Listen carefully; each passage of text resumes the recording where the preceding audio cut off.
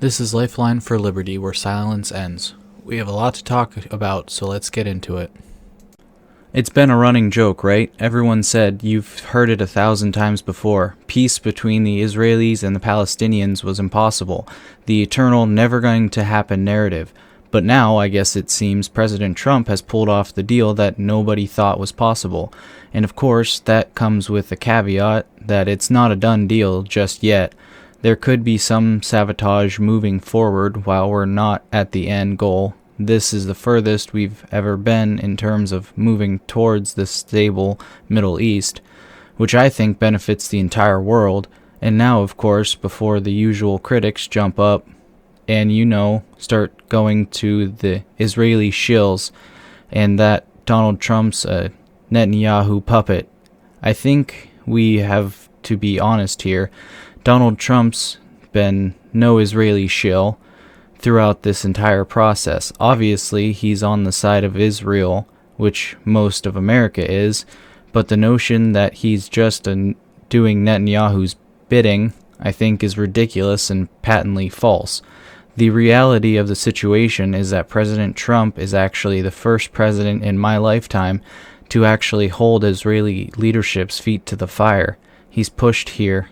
He's pressured, he's forced concessions, he's gone where prior administrations never would, because I'll agree with you, they certainly were the Israeli shills bought and paid for.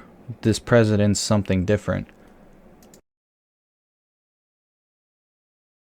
It's amazing. I've never seen anything. It's so good for Israel. I spoke to Bibi Netanyahu just a little while ago. He called. He said, I can't believe it. He said, everybody's liking me now. Meaning him. I said, more importantly, they're loving Israel again. And they really are. I said, Israel cannot fight the world, Bibi. They can't fight the world. And he understands that very well. So it's amazing the way it's all come together. And it's a beautiful picture. I don't know if it could ever happen again.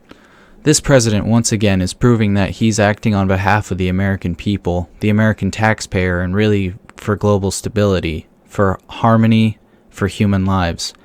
And I think he deserves credit in this moment, not criticism. And of course, you could probably imagine that the left-wing media is already working to discredit this whole ordeal. So here's a real quick rundown of the deal itself. Basically, Israel has agreed to pause certain military operations to guarantee safe zones, allow humanitarian corridors, and potentially exchange territory or governance arrangements in return for the hostages being released and militant groups in Gaza containing themselves. The details obviously are still fluid, and it's hard to say whether that's going to be enough for the Palestinians to back down fully. It's possible that Hamas just once again starts committing terror attacks and we go right back to square one here. But if both ends of this deal are held and both sides actually sign off and keep their arrangements, well, this could potentially be a roadmap for sustainability, peace for normalizing of relations, for help, for healing. And make no mistake, it is compromise on both sides. I think if the Israelis got what they wanted, they probably would have just continued this war to the very end, razed Gaza to the ground. But obviously, sentiment was shifting against that, which is what Trump was alluding to when he was warning Netanyahu that you can't win versus the world clearly. We've seen how people have been turning against Israel. We got nations threatening to arrest Netanyahu, other Western nations allowing Gaza, and so Trump came in here using American leverage, American diplomatic force. He threatened diplomatic pulls, hinted at funding shifts, and basically forced Israel into a corner where they had to sit at the table, and ultimately he got Israel to bend. And that is his doing. That's his accomplishment, and it's a massive accomplishment. But if you think the fake news, leftist media is going to give him credit, oh, you have another thing coming, The last thing that they need is Trump doing something tremendously positive ahead of the 2026 midterms.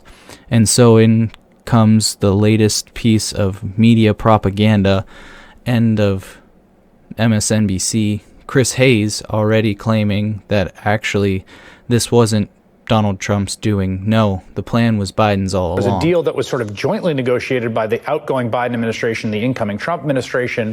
That was also multiple phases. The first phase was the release of some hostages, a cessation of bombing. That never got to phase two the first time around. Instead, the war continued after that. So your point is, well, do you worry that Trump wants to get the Nobel Prize on Friday?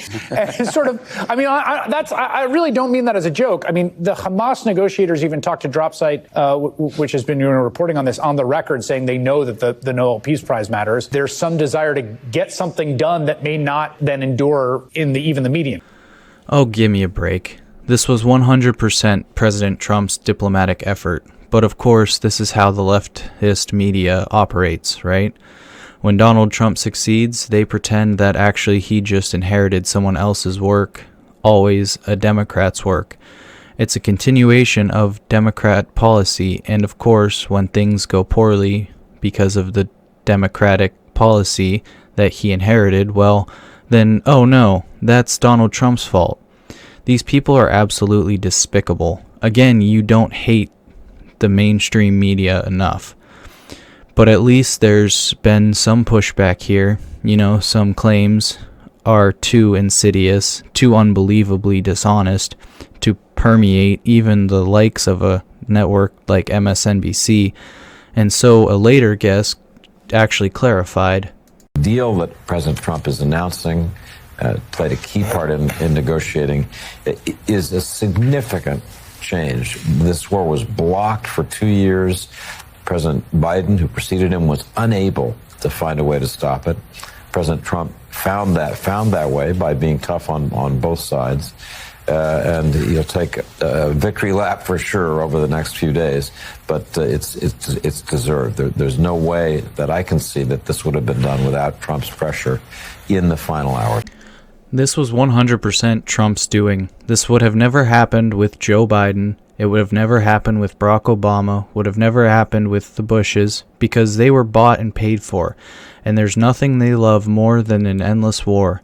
And the only president who's different is President Trump. And actually, ABC News really clarified that. I got to give them credit in this case. Tell us about the role President Trump played in bringing all of this about. Well, Robin, there's no question that if this goes as planned, if we see those remaining hostages freed and Israel begin its withdrawal, it is a remarkable achievement, and President Trump most certainly deserves credit for his role. He has done this through diplomacy, pressure, and the sheer force of his personality and persistence. He dispatched diplomats again and again, made threats just in the last few days to Hamas, saying again if they did not sign the deal, all hell would break loose. And they had the bombing of Iran as an example of that. But perhaps most importantly, he pushed Benjamin Netanyahu in ways his predecessor and others have not, Robin. And what finally got the two sides to this point? And will it be able to get phase two off the ground? Well, you know, Robin, throughout this process, President Trump never wavered in his support for Israel. But when Netanyahu ignored much of what Trump was trying to accomplish by continuing to bomb over the last few months, Trump laid down the hammer with Netanyahu, essentially saying enough is enough. Trump had also told Netanyahu that he was opening indirect negotiations with the Iranians, which put even more pressure on the Israeli prime minister. Obviously, the coming days will prove whether the rest of the plan comes to fruition. But if those hostages are freed, which would leave Hamas without their major bargaining tool, this is a huge moment for Donald Trump. Exactly. Previous administrations have never had the balls to do what President Trump is doing, to go against the Israeli lobby, to draw the ire of people like Mark Levin. Even Netanyahu was pushing back initially, but President Trump's stayed course and continued pushing because he knew it was the right thing. He knew that if he was going to achieve a positive outcome here, he would have to be tough on both sides and force compromise. And the compromise absolutely came from the Israeli side. He didn't just blindly follow the Israeli directive, but rather work to give them what was necessary to preserve their security, but also recognize that perpetual war is unsustainable. Legacy politicians would never do that. They would have continued funding this full-scale destruction, dragging out another endless cycle of violence, and continuously feed that war machine. Donald Trump broke the script, and now, if this peace plan actually holds, if the hostages come home, and then, which would be the biggest miracle, if Gaza actually stabilizes, because they really aren't the victims that they pretend they are. Stabilized, modernized, if they leave this historic grievances aside and choose to move forward, this president will go down in history as one of the greatest peace negotiators in world history. Thank you for watching Lifeline for Liberty. If you have any suggestions, go ahead and drop them down in the comments. If you like the video, like it. If you disliked it, dislike it. Thank you.